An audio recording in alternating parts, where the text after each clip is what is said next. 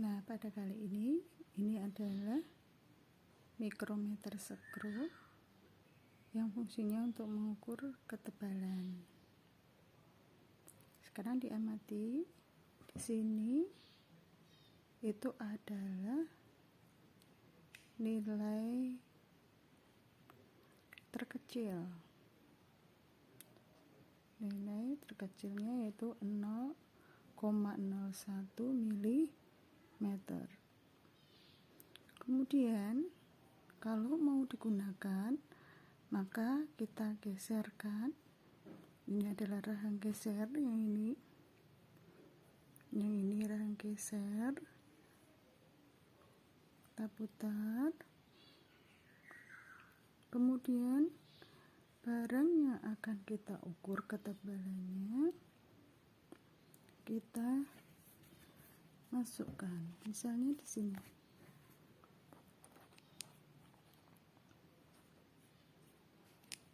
Misalnya jam tangan ini.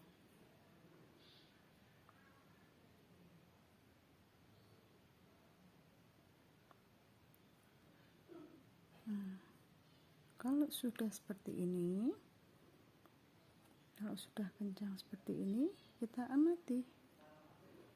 Ini adalah skala utamanya dan ini adalah skala noniusnya.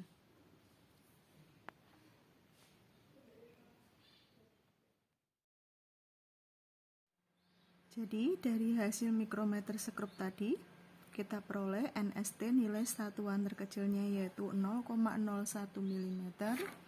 Kemudian di sini terlihat skala utama, ada garis bawahnya masih terlihat. Ini adalah nilai skala utamanya yang terbaca yaitu 8,5. Kemudian skala noniusnya itu kita cari yang berhimpit. Di sini yang berhimpit adalah habis 10, 11, 12, 13, 14, 15 sehingga yang lurus dan berhimpit adalah 11. Kita masukkan ke dalam skala nonius. Kemudian kita kalikan dengan nilai satuan terkecilnya yaitu 0,0 mm sehingga diperoleh 8,61 mm.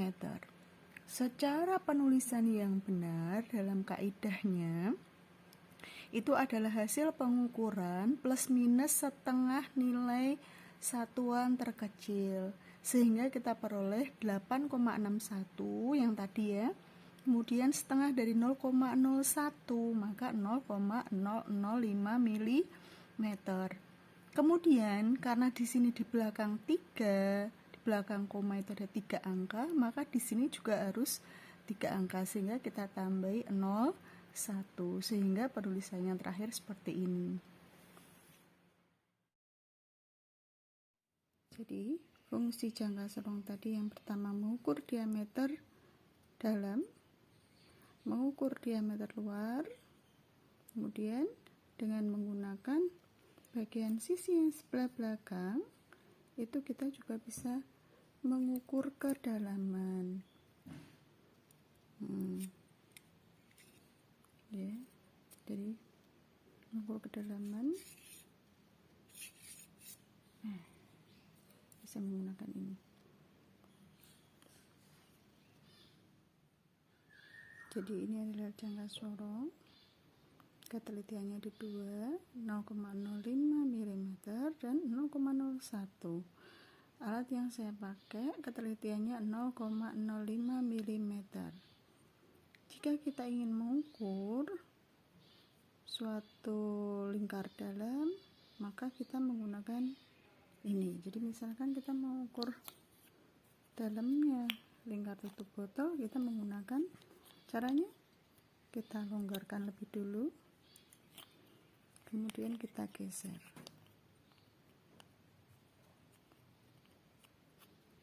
Seperti ini.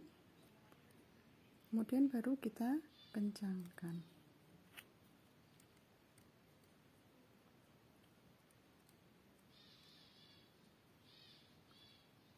Nah,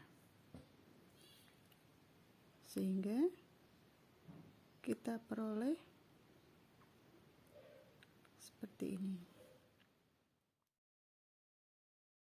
Untuk yang jangka sorong dengan diameter dalam tutup botol tadi, diameter dalamnya tutup botol ya, kita peroleh di alatnya itu nilai satuan terkecilnya 0,05 cm.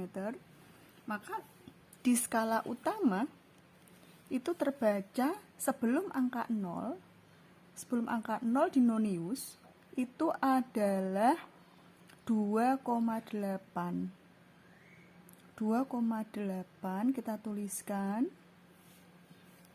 karena di situ hampir berimpit, mepet sekali, sehingga tetap kita gunakan 2,8. Kemudian kita cari yang berimpit lagi, kebetulan yang ada di dekatnya adalah nilai 1, itu adalah skala noniusnya. Kita lihat bawahnya, yang berimpit atas dengan bawah 1 kali 0,05, sehingga diperoleh 2,85 satuannya sentimeter. Secara kaidah pengukuran atau penulisannya itu adalah hasil pengukuran ditambah setengah nilai satuan terkecil. Ini mohon maaf saya hilangkan dari 0,025, setengah dari 0,05, sehingga menuliskannya 2,850 plus minus 0,025 cm. Jadi kalau tadi mikrometer sekrup itu milimeter, kalau jangka sorong adalah sentimeter. Jika akan mengukur diameter luar, maka kita menggunakan yang sisi yang sebelah sini. Caranya kita longgarkan lebih dulu, kita paskan, kemudian kalau sudah kencang kita kunci sehingga tidak bergerak-gerak, kemudian baru kita baca.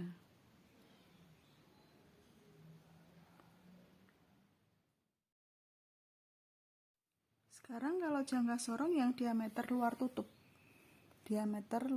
botol tadi, nilai satuan terkecilnya masih 0,05 cm. Kemudian sebelum angka 0 kita lihat skala utamanya yaitu 3,1. Kemudian kita cari yang berimpit, kebetulan di sini yang berimpit itu adalah 0 dan setengahnya, maka kita ambil yang setengah. Kita ambil sebagai skala noniusnya, kemudian dikalikan dengan nilai satuan terkecilnya yaitu 0,05, sehingga kita peroleh 3,125 cm. Kemudian bagaimana cara secara standar cara menuliskannya? Yaitu hasil pengukuran ditambah setengah nilai satuan terkecil. Jadi 3,125 ditambah 0,025, ya harusnya seperti ini saja menuliskannya, 3,125 plus minus 0,025 cm. Semoga apa yang sudah dari awal sampai akhir tadi kita bahas mengenai jangka sorong dan mikrometer sekrup sedikit membantu kalian dalam belajar mengenai jangka sorong dan mikrometer sekrup. Semangat belajar!